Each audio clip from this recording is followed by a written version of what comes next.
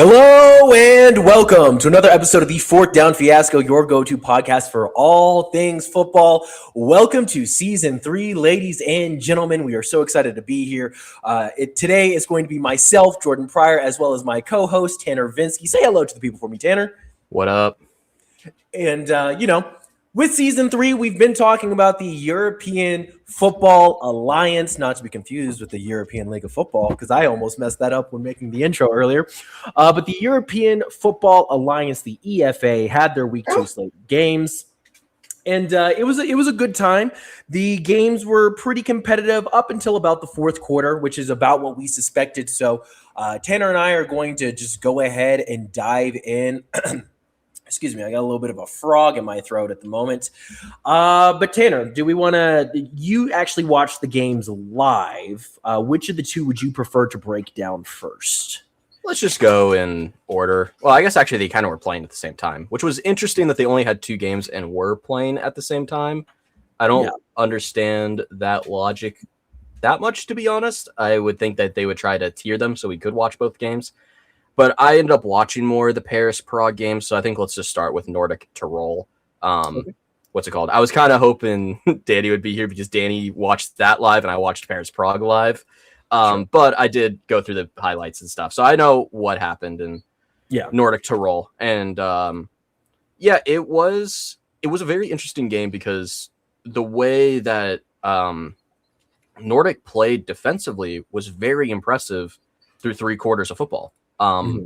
Which is not what we saw in week 1. In week 1, Tirol's defense was horrible and couldn't get anything going.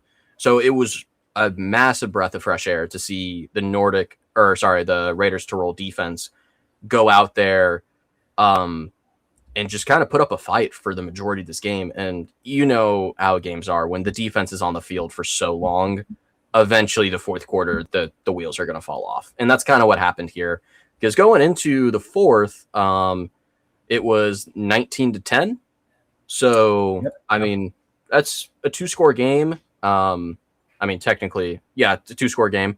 And so you get into a 9-point game going into the fourth, and it seems pretty favorable for you. You know, you can score 10 points in a quarter, hold a team to 0 points, and walk out with a win. But unfortunately, the Tirol defense was just out there too much because the offense was having a hard time moving the ball, and Nordic started just letting their nuts hang. Well, and, a big issue was, that Raiders Tirol offensive line just is not good. Krajewski also did not have a great game, 3 interceptions.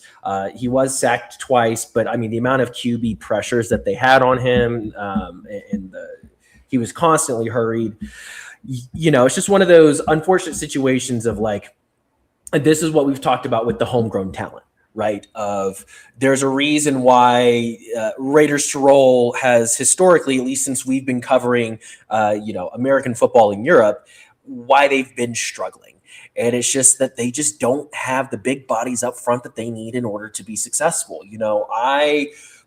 For those listening, I did not watch the games this weekend. I was actually on vacation. Wife and I were celebrating her getting her doctorate, so we were in Mexico City, which was an absolute vibe, by the way. But I did watch the recap, and something that I noticed, whenever I was looking at the offensive lines, because we have some really good offensive line breakdowns here in a little bit. Tanner and I do. Is just the sheer size difference between you have Raiders Tirol and you have the Prague Lions, you have their O-lines, and then you have the Nordic Storm and the Paris Musketeers. And the difference in O-line size is just night and day, Oh, my God. That's the issue that Krajewski, the 3 ints, all of that. It's just such a hard job that he has to perform because, that Nordic defense is so terrifying. Their defensive line is massive. Their linebackers are all over the place, all over the field. Their secondary's fast. I don't blame Krajewski at all for this bad game, especially when the Tirol's offensive line is significantly shorter and smaller than the Nordic defensive line. You're just going to lose. When you lose in the trenches, your quarterback isn't going to have an easy time doing anything. And we saw that through the game. And that was the thing, is that's why it was so impressive that the Tirol defense only let up 19 points through 3 quarters. It's like, man, you're playing at a disadvantage dealing with how big this Nordic offensive line is and how much they can just block and make it available for Tunga and Jadrian just to like pick apart your defense. So the fact that they held their own for 3 quarters was so impressive to me. Absolutely.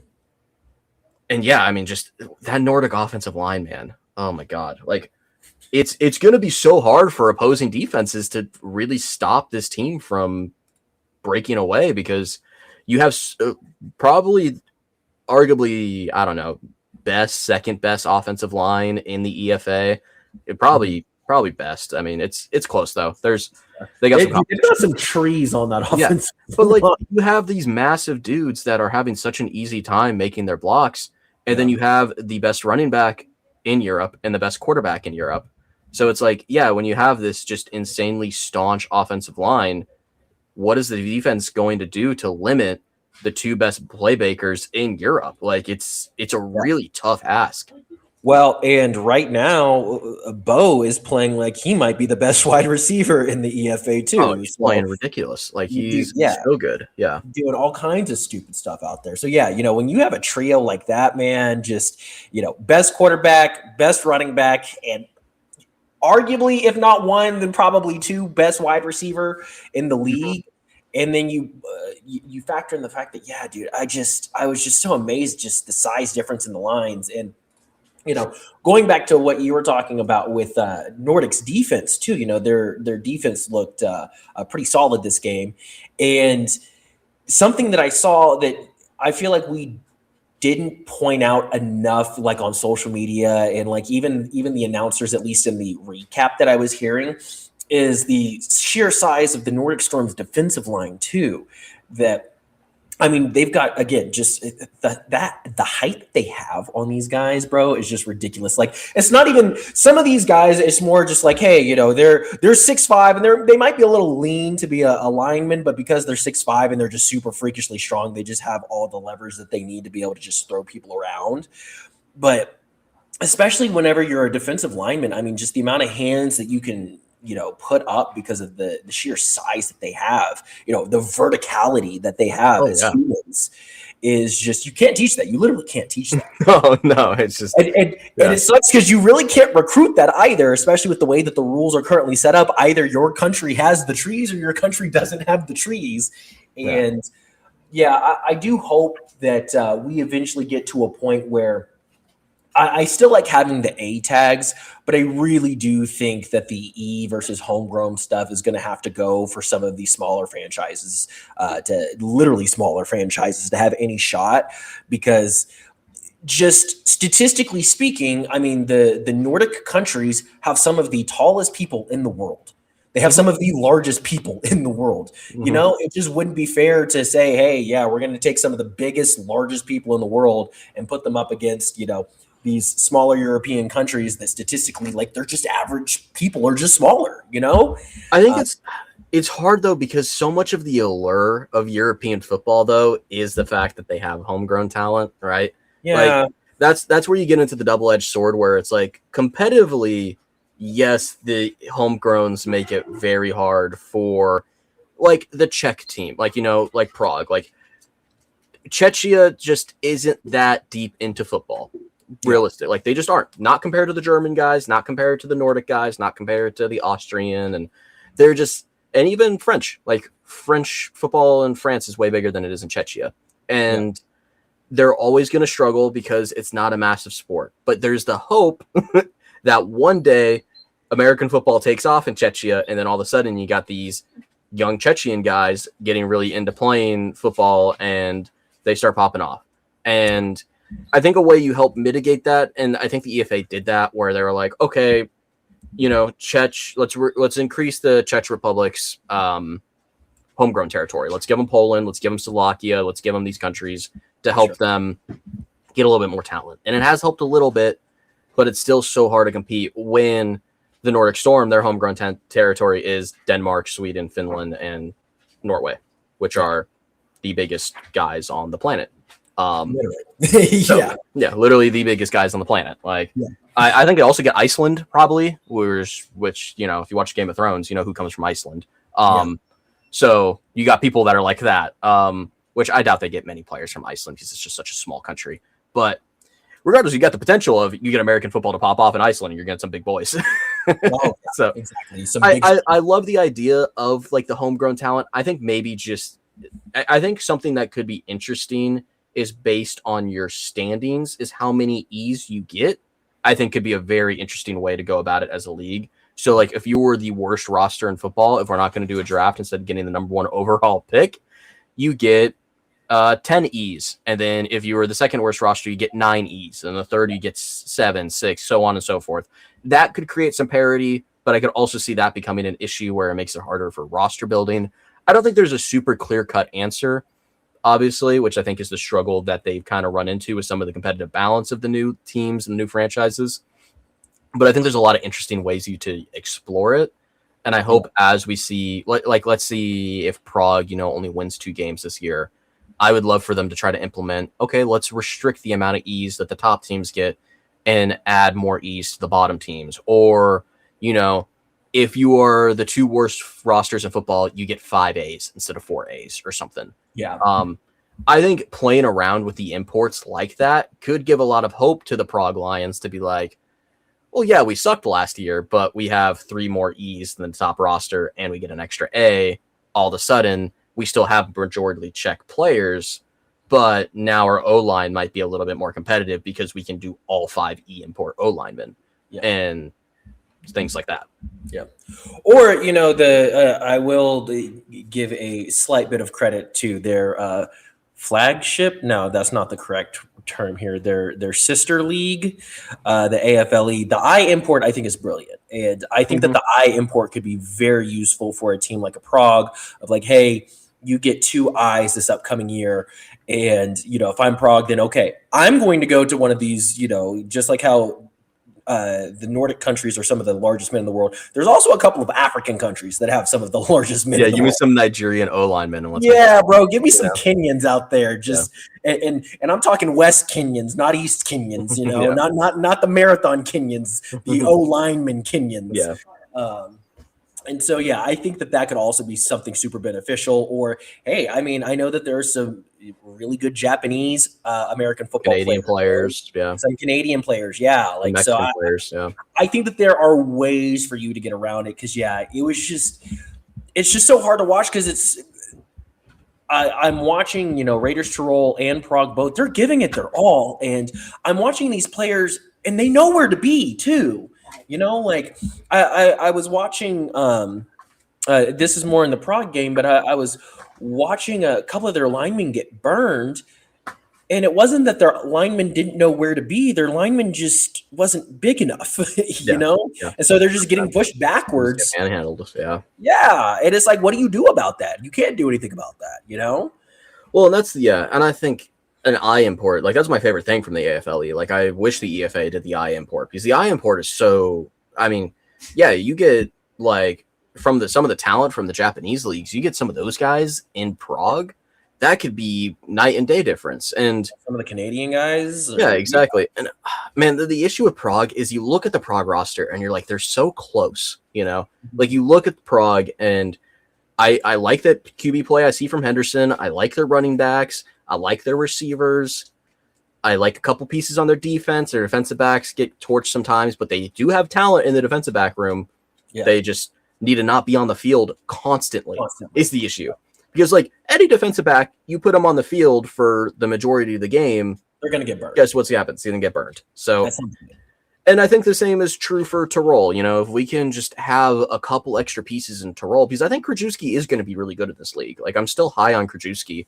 And I like him a lot as a player. He just needs some time in the pocket. Like he needs to not be running for his life.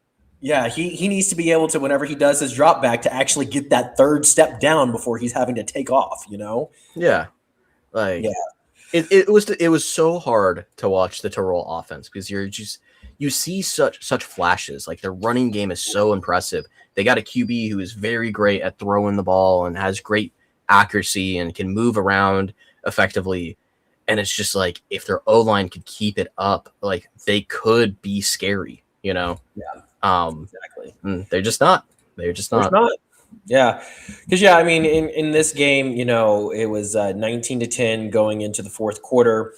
And, at one point, I mean, it was 13-10, kind of middle to late of the third quarter. And, kind of some opportunities here and there that were missed by the Raiders Tirol defense, where, and really it kind of came down to their defensive line was getting bullied. It's what happens. I mean, there were some big third downs, 3rd and 3s, 3rd and 4s, where they just couldn't stop Tunga because they were just getting mauled by that Nordic O-line, where it's like, it's those moments where I'm like, if they had just a little bit more beef in those trenches. I know, yeah. Just because then, you stop them. You stop Tunga on one of those 3rd and 4s that they had, and now you're getting the ball back, and it's 13-10. You just need one play. You just need one, and they've got the talent, between like Benatti and Hasselvanter, and I like Krajewski out there as well at quarterback. Like they have the ability to, and then it gets tough for Krajewski because then Nordic goes up, and now it's 19-10, and it's like, okay, well, you're basically going to be throwing the rest of the game, or doing trick plays, and which trick plays, they did a couple of them, they didn't work out, and it's just like, because you can really only get away with doing like 1 to 2 of those a game, and for it to be sustainable. Well, and that's the issue with the Tirol like team construction. Is there a team that's built to be ahead? If they're ahead in a game, you're not getting the lead back from them because of how well they can run the ball, how well they can manage the clock. Like they are a team that if they could get a lead, they're not going to let go of the lead, which is an amazing talent to have for a roster. The issue is they can't get a lead. Yeah. So they're going to struggle a lot in their games because they're not going to be able to get their lead going. And then you just have to rely on our greatest strength is our running game. And we can't use it because we're down 2 touchdowns late into the game, and we can't run the ball because we're going to run out of time of possession. Sure. And that's just a horrible place to be in for a roster. It sucks. But it's one of those things where I unfortunately don't think Tirol and Prague are going to have competitive years against the other 4 teams. But I think they have the building foundation to get there. And I think if the EFA can learn some lessons from this year, so far we're week 2. Maybe Tirol and Prague, they just develop insanely through the year and they start competing. But if this trend continues, I hope they kind of see that, all right, our bottom teams are going to need a little bit more help to be competitive against these top tier teams. Especially a team like the Nordic Storm, man. I mean, it's just going to be so hard to beat them this year. Yeah. And especially with how small the league is too. I mean, I do want to give Raiders Tirol their flowers in terms of their defense. Again, they through the first quarter only allowed the 1 touchdown. And then through the first, 2.5 quarters, almost 3 quarters, only gave up 10 points. Like it's there. It's so, like you said, it's so close. They're so close. I mean, if they only gave up 19 points in the first 3 quarters to Nordic this game. Last game, they gave up, all right, that's 36 plus another 12. They gave up 48 points in the first 3 quarters last game. So the improvement's there. I mean, going from giving up 48 points in the first 3 quarters to 19 in the first 3 quarters the next huge week. Difference. Night and day. Dude, amazing. Like, you have to be proud. I know none of the guys in the Raiders Tirol locker room are happy with the result of that game. Just from a competitive base, like if you were on a team that lost 39-16, you're not going to sit there and be like, oh, I'm happy with how we played. But obviously, like looking at it from our perspective, I'm very impressed with the way that they were able to keep themselves in this game for so long, play lights out like that for the first 3 quarters. Like, it's just such a huge improvement week to week because although Munich's offense might be more potent than Nordic, it's not by much. Like, and I think it's more of a 1A, 1B situation. I don't think that's her. She's whining. I just beeped her. I keep thinking that is my dog that's whining because they have very similar sounding whines. I'm like, what's wrong, Gemma?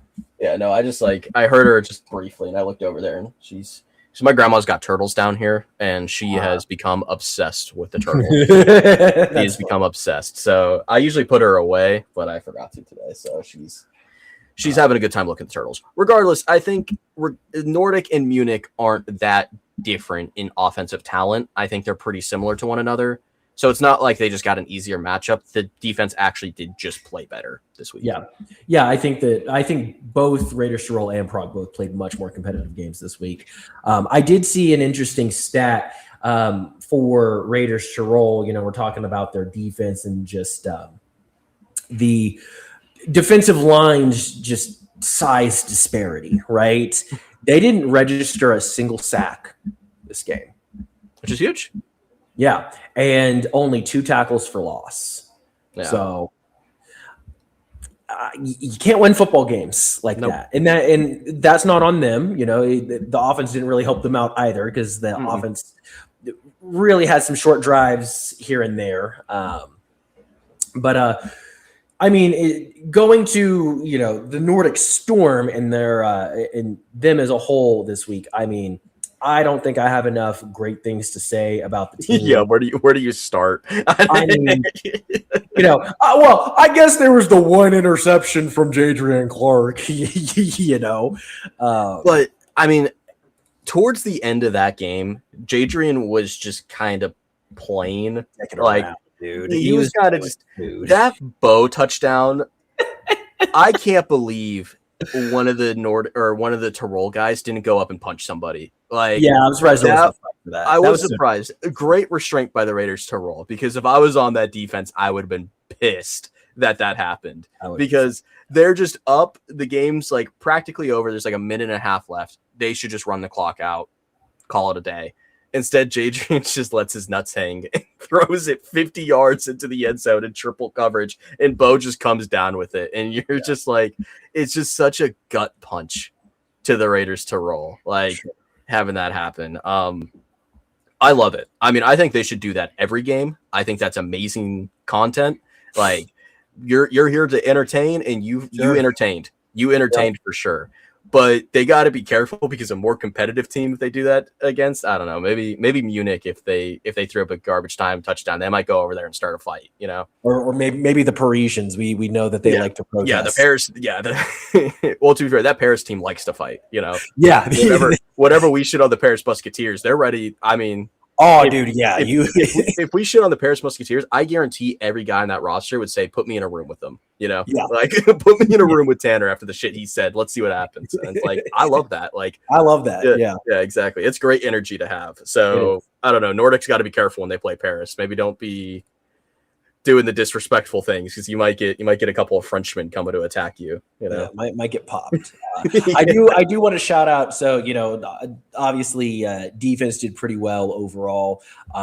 The DB room for Nordic looked incredible. But I wanted to shout out specifically Maceo Beard. 5 tackles, had an interception, played absolute lockdown defense through the whole game. Just looked incredible. So wanted to shout him out. And then, I'll shout out the other 2 guys that also got interceptions. We have Brandon Bryant and then Bastian Laugesson, I believe is how you pronounce his name. Right. Yeah. Yeah. Laugesson. But yeah, the lights out from the entire DB room. I don't know if we have pass deflections are actually updated or not from Elfpedia, but interceptions are, and those 3 each had an interception. So shout out to those guys. And I forget which of the 3 it was, but the one where bounced off of the Tirol Raiders player and it was intercepted. Heads up play, absolute. Just having that kind of quick reaction time and having that kind of hands as a defensive back is huge. Oh, absolutely. So yeah, dude, this Nordic team is just disgusting. No, they're pretty good. They're pretty good. Just disgusting. So I think that, we can go in circles all day about how good Nordic is and how small the Raiders Tirol linemen are. But let's move forward to the Paris Musketeers Prague Lions game. Paris did start off again a little rusty. I do think that that's kind of been their Achilles heel through the first 2 weeks, is just knocking off the rust, trying to figure out what works, what doesn't. Because this team is, while there is a decent amount of guys who've come back from last year, I think whenever you have a new quarterback coming in after having a new quarterback the year before, you got to work out some kinks. But in the end, the Paris Musketeers took down the Prague Lions 30-9. But the game felt a lot closer than that. Prague played a significantly better game this week than they did last week. It just wasn't enough. No, I mean, the game was 10-6 going into half. What's it called? I mean, Paris then, 17-6 going into half. Yeah, there was that tush push right before the end. Right before the end. Yeah. But 17-6 going into half. I mean, that's an 11-point game. That's really not that big of a deal. They score another 6 points in the third, and then they get another field goal. So what, it ends up being like 24 or 23-9. So you're sitting there and it's like, okay, 23-9 looks grim, but there was still half a quarter of football. To be fair, that if they would have gotten the touchdown instead of the field goal, they would have gotten the touchdown there, and they would have been like 12-23 or something, or like 13-23, down by 10. You're sitting there and you're looking at a 23-10. There's still a half a quarter to play. It's like, yeah, you get a stop, get another touchdown. All of a sudden, this game's in control. And just unfortunately for Prague, even though they were still in the game, the O-line just betrayed them. Towards the end, they had such a good drive. They were moving the ball so effectively, and then Henderson just ends up taking a 10-yard sack, forces them to settle for a field goal, and just completely kills all their momentum. And it just kills the game, because at that point, unfortunately, Prague's defense goes out there with very little hope. It's a 24-23-9 game, and they got to go out there and be like, we're not going to win this game now because it's not even 2 scores. It's so unfortunate. And that was really the name of the game, is Prague really didn't play that poorly, but their offense had no hope because their offensive line played so poorly. Yeah. I mean, dude, Jack Lowe, first of all, going to shout him out on Paris's defense. Number 43 was just, oh my God, what a monster. All over the place. Had the 2 sacks. I know he only had 2 tackles, but I mean, they were just rushing him like crazy. The amount of pressures he got was just, I mean, I felt bad for Jalen Henderson. Now, of course, Henderson's a good enough athlete that there was a couple of times that he was able to break the pocket, able to still get some yards, because he's a freak show of a human being. But yeah, dude, Jack Lowe was everywhere this game. And I mean, in total, they had 5 sacks. And it felt like more than that, with just how much they were able to get after it, Yeah. No, 100%. Yeah. This Paris defense really excites me, because I think in years past that's kind of been their Achilles heel, is that they've always had these high-powered, flashy offenses. And I feel like, the offense played good today, but there was still so much left on the table for the offense that I think Paris should feel incredibly encouraged that they still were as dominant as they were, and still didn't play. This still isn't their best football. I don't even think that this is particularly close to their best football. No, not even at all. I think Paris is. It's funny. Paris is 2-0, and they've come away great in these games. I think Paris has kind of played bad to start the season, which is hilarious. Yeah. I think Paris should not play this poorly. They should have won more significantly in both of these games. They've been very slow offensively. They've had a hard time moving the ball. There's a lot of rust. But they just come up big when it matters most. And I think if you continue to play rusty, that's the way you're going to win these games. I mean, that's the reality of it is, it doesn't matter if they're not moving the ball effectively and if they're missing, assignments every once in a while. They're still just playing most important when it matters. In the game. I mean, you think about the week 1 game where it's looking pretty grim for a Paris win. Frankfurt goes for it. You get this massive TFL at the goal line, wins you the game, and you think in this game where when it matters most, Prague has a chance to get into it. You get a 10-yard sack and they have to kick a field goal.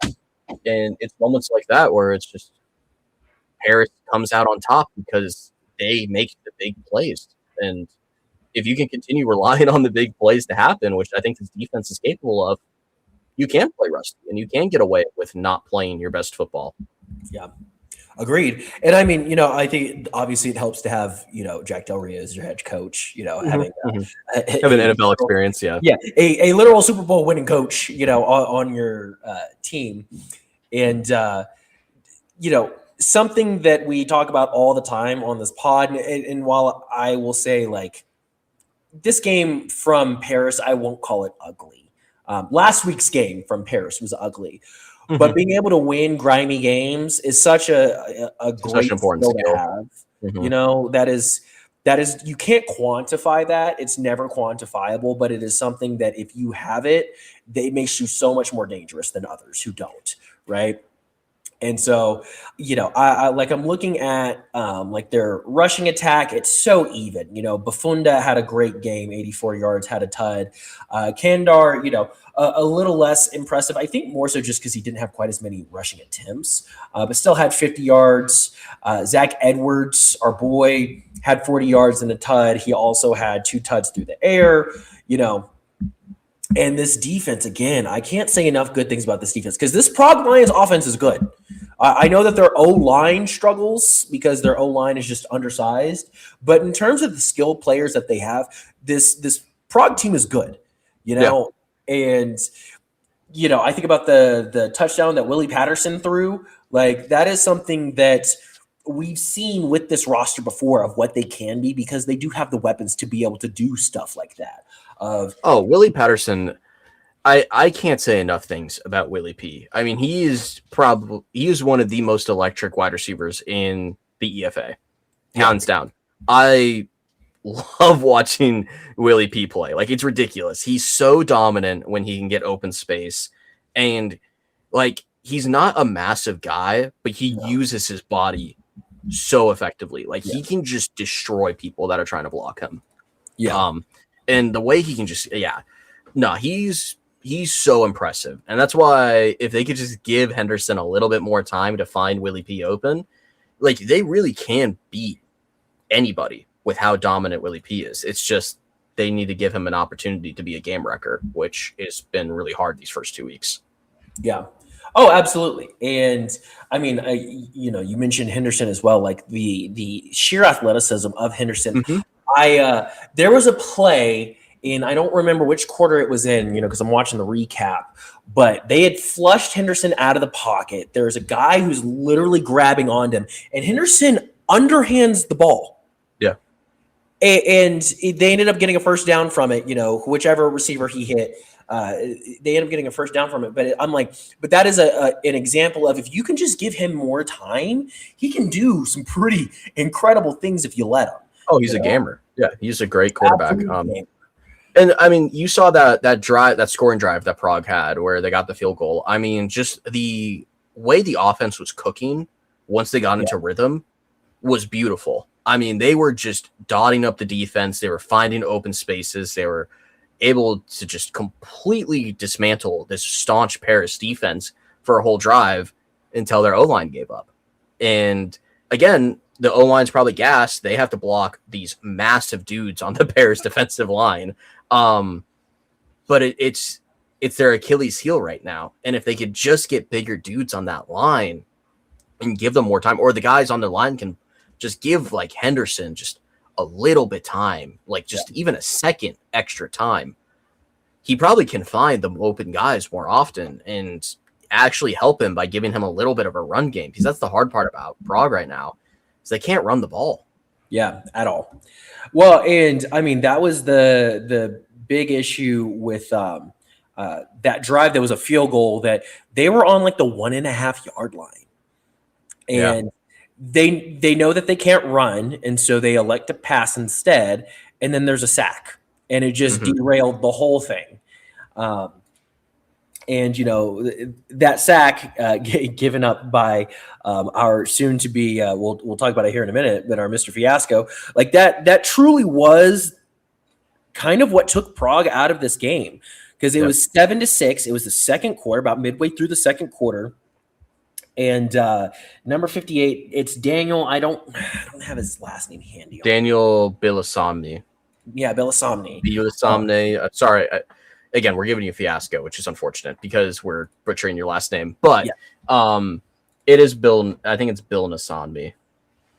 But yeah, he gives up barely even touches Jack Lowe on that play. Jack Lowe gets the sack. They've moved now from the 1.5 yard line to like the 9 yard line. It derails the whole thing. Actually, no, because I have a note here. They ended up missing the field goal on that particular drive, and then Paris got a field goal later. But it was 7-6 on that drive, and they could have gone up. They could have been ahead. Could have been ahead in the game, yeah. And again, it's just moments like that, and we've talked about it with Raiders Tirol too. Of just they're so close. If they could just have bigger, better offensive linemen and defensive linemen, and these games would be so much more competitive because they have the weapons, from the skill position to be able to do the things that they need to do. Well, it's kind of the unfortunate thing that we brought up last week is that you cut the league in half, and by cutting the league in half, the EFA got pretty much all the top half talent teams, but by doing so, that makes Prague and Tirol look a lot worse. Because when we watched Tirol and Prague last year, when they were beating up on teams like Cologne and Vedevar and Helvetic, it was leagues of difference in talent. Like those teams were so much more talented than them, and we saw the offenses operate better, and it was great to watch those teams at that level. But since we cut the league in half, they're now a tier below the other 3 teams in this league, and that makes it four teams in this league, and that makes it so those 2 teams look worse as a result and makes them look like they're bad rosters. But if you're actually a ball knower and you're paying attention to what's happening, these rosters aren't bad. Like Tirol and Prague have impressive rosters, especially for what they're dealing with import rule wise. And it's a testament to see that they're actually competitive in these games because their rosters aren't that bad. And I love the way their rosters are constructed. Like I said, Tirol, if they can get a lead, they are built to be ahead in a league. If the Prague Lions can just give their offensive players time, they have an explosive offense that's ready to go. It just hasn't connected. And I hope that as the league or as the season goes on, we can see these teams kind of morph into a better version of themselves and be more competitive. Because if that's the case, like I said, these rosters are constructed to compete. It's just they're just a hair below. And by being a hair below, it's causing them to look so much less competitive than the other 4 guys. Yeah, and truly, and it really just comes down to the trenches is all it is. Because if the trenches were better, we wouldn't be having this conversation. 100%.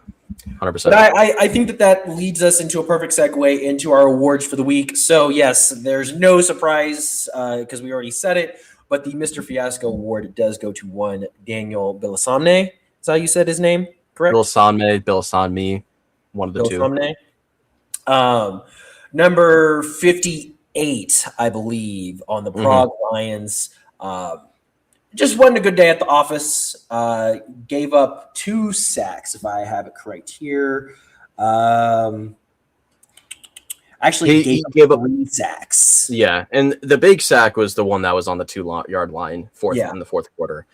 It was just, and again, it's hard to give this guy Fiasco because the Prague Lions offensive line is so much worse than the defensive lines that they're going against. Sure. But it's also at the same time, it is the reason they lost this game. Yeah. Is you need, and especially Bilasomni is one of their E's.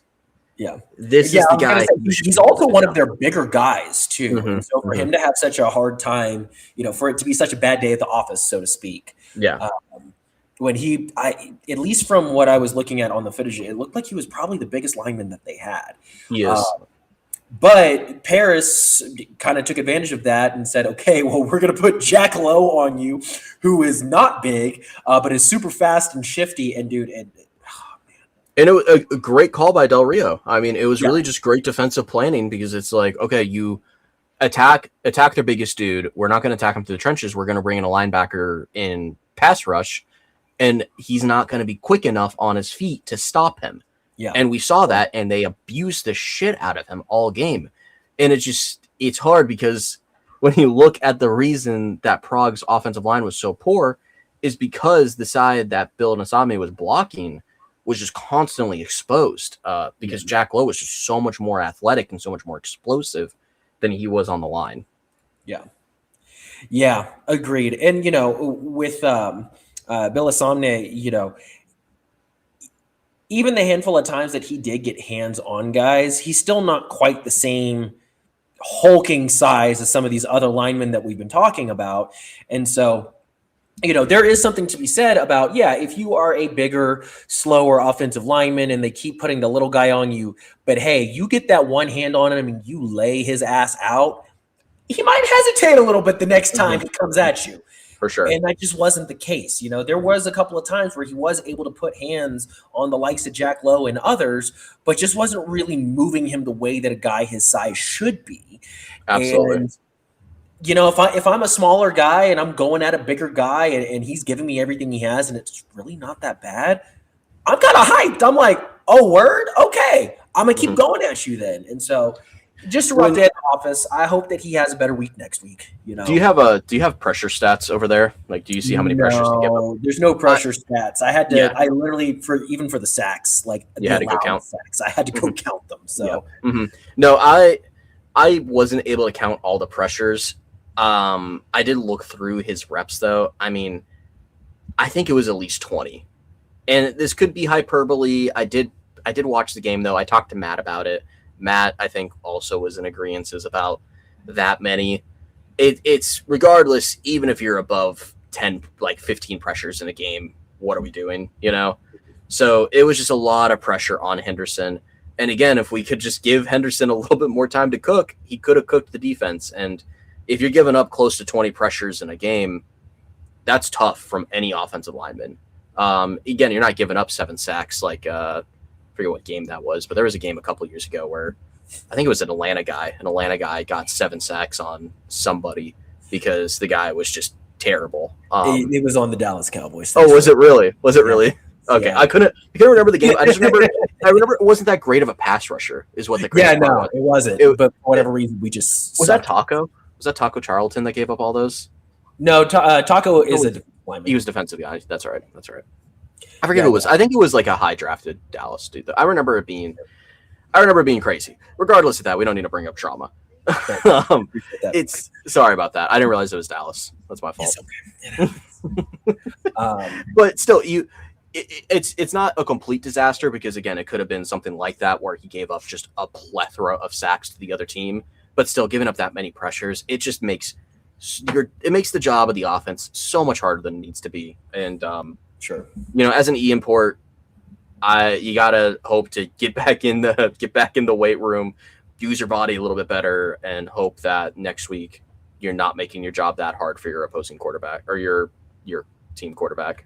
Sure. Yeah. I mean, especially at that size, like when you're dealing with those little guys, you can't let those little guys get to the inside, bro. You've got to force them to the outside. I know. Even if that means that they get the extra step on you, because you can still, if at least at his size, you should be able to put a hand out, which should at least like knock him off balance a little bit, give your quarterback a little bit more time. Or you can just like you said, if you can just guide him out a little bit better, you can allow Henderson to either rush to the other side or step up in the pocket. That would be huge. But that's just not even what was happening. I mean, both of Lowe's sacks was because he one of them he did a disgusting spin move to the inside where I was like, okay, calm down, NFL, I see you. But the other one was also to the inside as well. It was just because there was just a gaping hole there. So, but we gave a fiasco award to an O lineman. It's only right that we give an unsung award to an O lineman as well. Tanner, would you like to toss out our unsung hero for today? Yeah, so our unsung for this week is Layak. I believe it's pronounced Layak. Layak Avanti, who is number 75. Yeah, number 75 on the Paris Musketeers offensive line, which, watching the game again, that boy is massive. He's a big boy. I mean, he's probably and that is a big boy who can move. I was very impressed. There was I told you, I was like, watch highlights of the game. Just keep your eye on 75. He played so well. I was amazed by how athletic he was. The way he was just able to, I mean, there was plays where he was blocking 2 guys on his own. Like there would be 2 guys rushing, and he just pancake one guy, move on to the next, hold him down, and his side of the field, like Edwards never faced pressure from that side of the field. At least it didn't feel like it that game. It was such an impressive O-line performance. Maybe one of the most impressive O-line performances that I've seen since watching the European football leagues, like just was an individual. Sure. Yeah. No, definitely as like units, there's definitely been some disgusting games from, especially Stuttgart last year had some disgusting offensive line games where it was just like, good Lord, these guys are not letting anything get through. But just individually, Vontae was so good. I was shocked. Like, and that's why it was hard to give unsung to anybody else. Is I was like, man, you don't see an offensive lineman put his team on the back like this very often, where he's just not allowing Edwards to face any sort of uncomfortability in the pocket. Like, oh my God. And I mean, Edwards had a much better game this week than last week. Their running backs had a much better game this week than last week. I'm only looking at the highlights because I didn't get to watch the game live. But from the highlights alone, I counted 3 like full pancakes, not like partial push the guy to the ground, to a pile, like legitimate pancakes where he was laying on top of the guy once the play was done, kind of pancakes. That big run that they had in the game, like the really long rushing touchdown they had, it was so amazing because they rushed to his side of the field.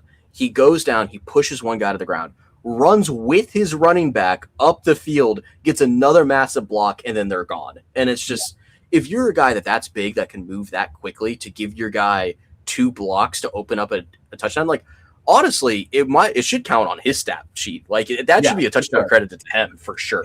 Because the way he rushed up and got that second block on that rushing touchdown, I mean, that was one of the most impressive plays I've seen this season.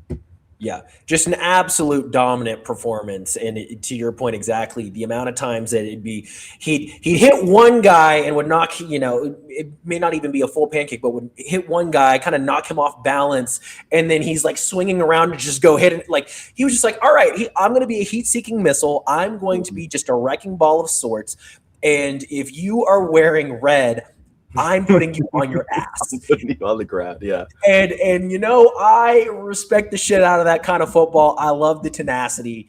We're trying to be better this season about giving the actual all of these awards to just players. And I like the fact that we were able to give unsung to an O-lineman. Well, I think the French O-line talent is extremely underrated. I mean, just watching the first 2 games from Paris, they only have 1 E import on their entire O-line. They have a guy from Spain. Everybody else is French.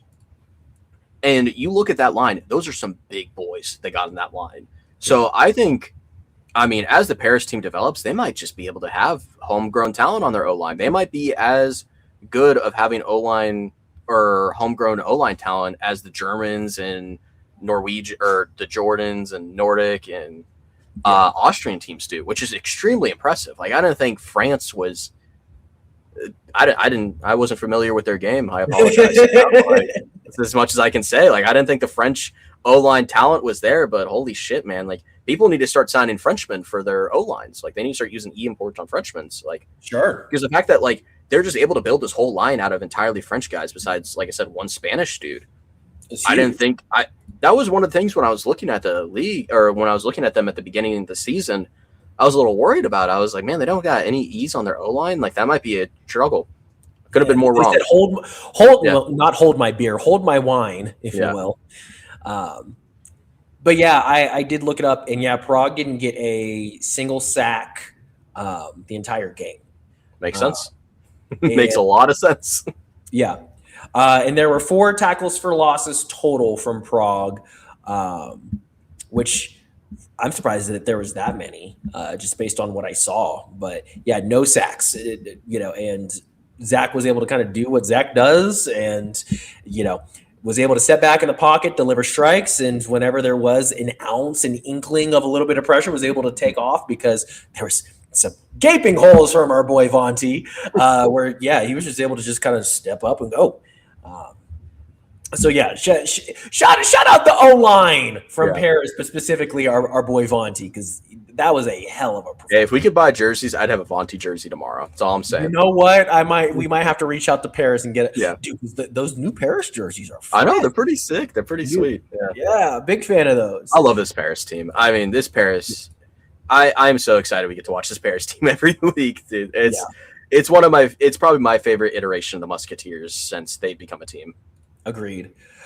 Well, cool. Then that takes us to our Big Dog Award. There was quite a number of, especially on the Nordic offense, people who could have qualified for this. We had so many options for Big Dog this week. It was kind of ridiculous. Yeah, especially from Nordic. But goes to one Glenn Tunga. He is back. And I'm not entirely sure what your reasoning was for not going with Bo, because Bo also, he had 180-something yards and 2 touchdowns. The reason why I thought it was fitting to go with Glenn was, number one, the load that he carried throughout the game. Very consistent, dominant effort. Feels like he's still kind of getting his legs underneath him, and he's still so dominant, even while, this is still not the best version of Glenn Tunga. And I think he's only going to get better throughout the season, which is terrifying. And also the garbage time touchdown to Bo. I was like, all right, so you had 1 touchdown through most of the game, and then we just kind of threw up some at the end. That was the main reason I went with Glenn over Bo as well, because it was between the two of them for sure. Yeah. They're both the guys with 2 touchdowns. They both played dominant games. 50 of those yards and a touchdown for Bo came in the last minute and a half of the game, where him and Jadrian were like, fuck these guys. Let's see what we can do. Playing some backyard football. Which is sick. Like I said, I love it. I hope they do more of it.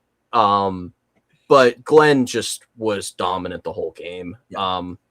And we haven't given Glenn an award because we haven't been able to actually give Glenn an award, Yeah. So I felt it was only fitting, and it was just so nice to see. It's so nice to see Glenn back in action, Agreed. Yeah, it's the league is a better place with Glenn, for sure. Exactly. It was terrible not having him last year. Yeah. I mean, it's terrible for the rest of the opposing offense or opposing defenses that he's back, but he's back and he's better, or not better than ever, but he's back in his form where even if he's maybe a step slower, a little bit more banged up, he's still the best running back in Europe, and he proved that tonight or whenever the game was played. I forget how many days ago it was at this point, but in my head tonight.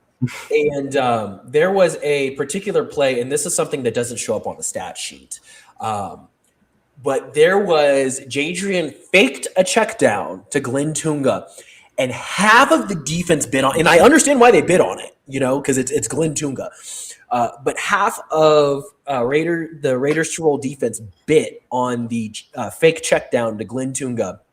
And instead, Jadrian switches to the other side, checks it down to number 87. 87 made it all the way out to like the 3 or the 2 yard line on this huge play, just because he just had it parted like the Red Sea, because everybody was so worried about, we're giving the ball to Glenn, we have to make up for it, that 87 damn near almost walked into the end zone from it. And that's just the presence that Tunga has as an offensive weapon. Like, because if they don't do that, guess where Jadrian was going to throw the ball? They're just going to throw it down to Tunga. There's only 2 guys there. Glenn was going to do the same shit, just on the other side of the field. So just the amount of gravity that he has as a player, and I mean, deservedly so.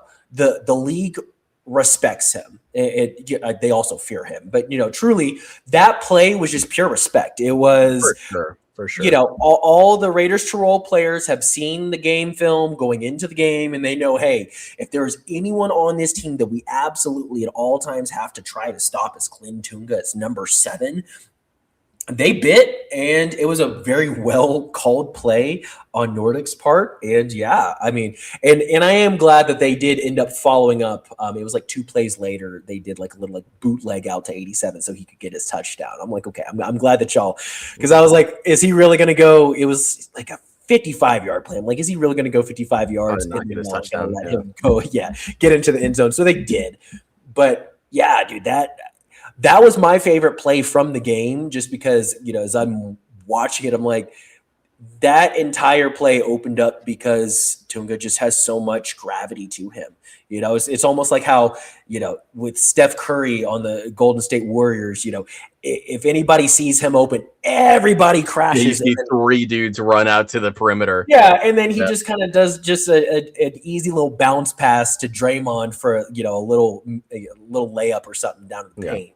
That's what it felt like. And so, Big Dog Award has to go to the multi-time MVP, the big dog himself, Glenn Tunga. All right. So that takes us to since there's only one game, it's not pick'ems, it's pick'em. But we do have a little bit of time here to talk about the week 3 game, which is going to be the Munich Ravens going out to the Frankfurt Galaxy. This is going to be a fun game.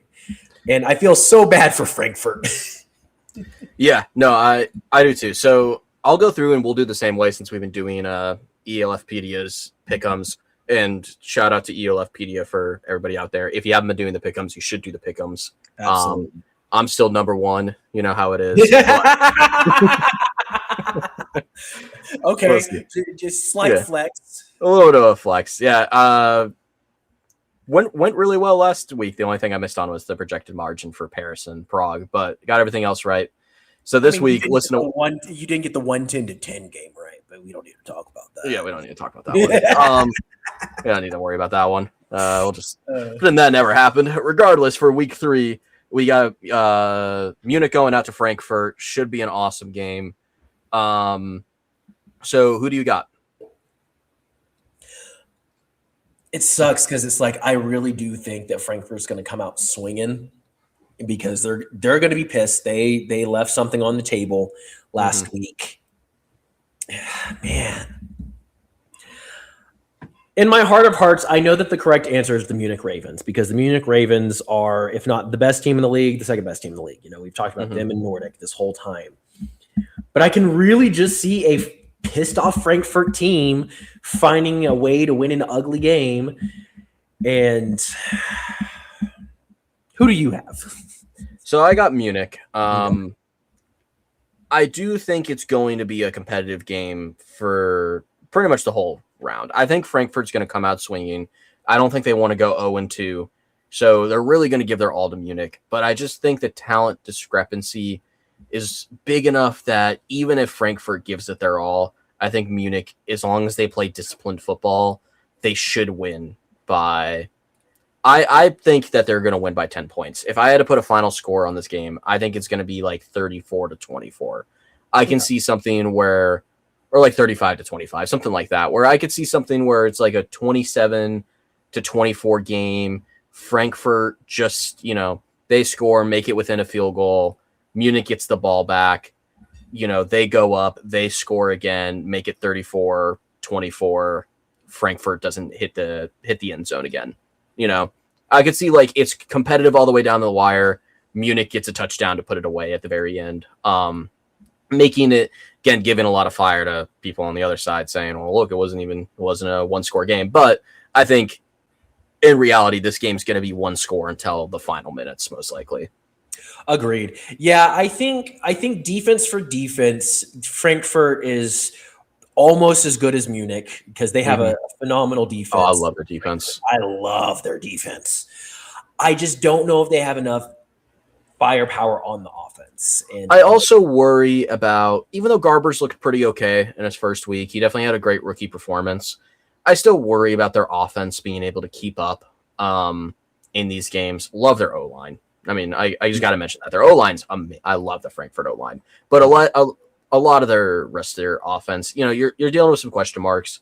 Like, you got to worry about how is Garber's going to... I mean, he played well into a really good Paris defense. I think Munich's defense is better. So you got to worry about that a little bit. And I think that's just enough to make this a hard game for them. Yeah, and especially just Munich's offense is just so stout that there's also the issue of if you get behind, and if you get behind early, it's going to be a long day. Yep. Because Munich can put up points in a hurry. They've got, again, probably best, if not second best offensive line in the league. dude, they've got some trees out there in Munich, and their trees have a lot of extra meat on the bone too. Those are some thick trees out. Those are some redwood trees out there. So yeah, as much as I would love to toss in the upset, I don't think it's going to quite happen just yet. I can see a world where maybe the second meeting, Frankfurt comes in with a little extra spice on the offensive game plan and figures it out. But yeah, I'm with you. I'm gonna pick Munich. I'm gonna pick it a closer game than you are. I really do think it's going to be a 3-point affair. I'm going to go with 27-24 for this one. Would be a movie. Would be awesome. Oh man, that would if the game ended 27-24, that would be such a beautiful game of football. So the line is 44.5. We're both going over. It seems like, which I would be shocked if this game hits the under. I think these teams are going to go out there and score on each other. So yeah, and also in this league and with the way this iteration of football is, giving up 27 to a high power offense is actually a pretty good day. It's amazing. Amazing. Yeah, if Frankfurt's defense only gives up 27 to this disgusting Munich offense, I would say that's a pretty good day at the office. I'd be pretty proud of those guys. So, yeah. I was watching Frankfurt last week, so I'm excited to see them play this week. I mean, it was a sad week last week not having Munich or Frankfurt play. So, fortunately, it's the only game we get this week, but I'm excited to watch them both go. So, yeah, I mean, my whole thing is I would rather watch good quality football than quantity football. Yep, 100%. So if that means that we only get one game this week, but it's going to be a pretty damn good game, hey, I'll take it. I just clicked on week 4 for the pick'ems. The line for Munich Ravens, Paris Musketeers, that's going to be an awesome game. Oh yeah, it is. He's got it at 77.5 for the line. That is a crazy line to have. What's even crazier is I still might pick the over on that. I think they could. I think both these teams could put up 50. Yeah. Yeah. That's awesome. But yeah, I'm very excited for Munich, Frankfurt. Dare I say, going to be the best game of the season so far? Yeah. Now looking ahead to week 4, and we're not going to really dive into it, obviously, because we can talk about it next episode, but the week 4 slate of games is going to be fantastic. Yeah. We get a nice little breather here. We get a pretty good game. Don't have the energy. We got to really be locked in on week 4, though. Munich Ravens, Paris Musketeers, banger. Frankfurt Galaxy, Raiders Tirol, should be a banger. Nordic Storm, Prague Lions, maybe less so, but maybe less. But it'll be okay. So, well, cool. Any last words that you have for the audience before I wrap this up, my friend? I don't think so. I think we got it covered. Excellent. Well, thank you everybody for listening. This has been Tanner and Jordan on the Fourth Down Fiasco. You can always follow us on Instagram and TikTok at Fourth Down Fiasco, or you can follow us on Twitter at @4thdown_pod. Make sure to like the episode, comment on it if you're on Spotify. We love the engagement. Reach out to us on social media. We're always pretty quick to respond. Well, Danny is normally pretty quick to respond. But we'll always put a little thing at the end if it's either Jordan or I. Danny won't. Danny's kind of in charge of the account. So if you see nobody putting a little apostrophe by it, just assume it's Danny. But Jordan and I will let you know if it's one of us. Yeah, we do occasionally come in. Normally it's just to talk shit, tell people to fuck off. But I have a feeling that if you're reaching out to us on social media and you've listened to it all the way to the end of this episode, I doubt you're one of the people that I'm telling to fuck off. So. Yeah, most likely not. So you never know though. So be careful. Hey, I mean, it might be as like a friends thing. I could see a world where, our friend Marcus comes in and talks a little trash. I'm like, all right, fuck off, Marcus. Exactly. For sure. So, but thanks so much for listening, everybody. We really appreciate your time, and we will see you next week. Hugs and kisses.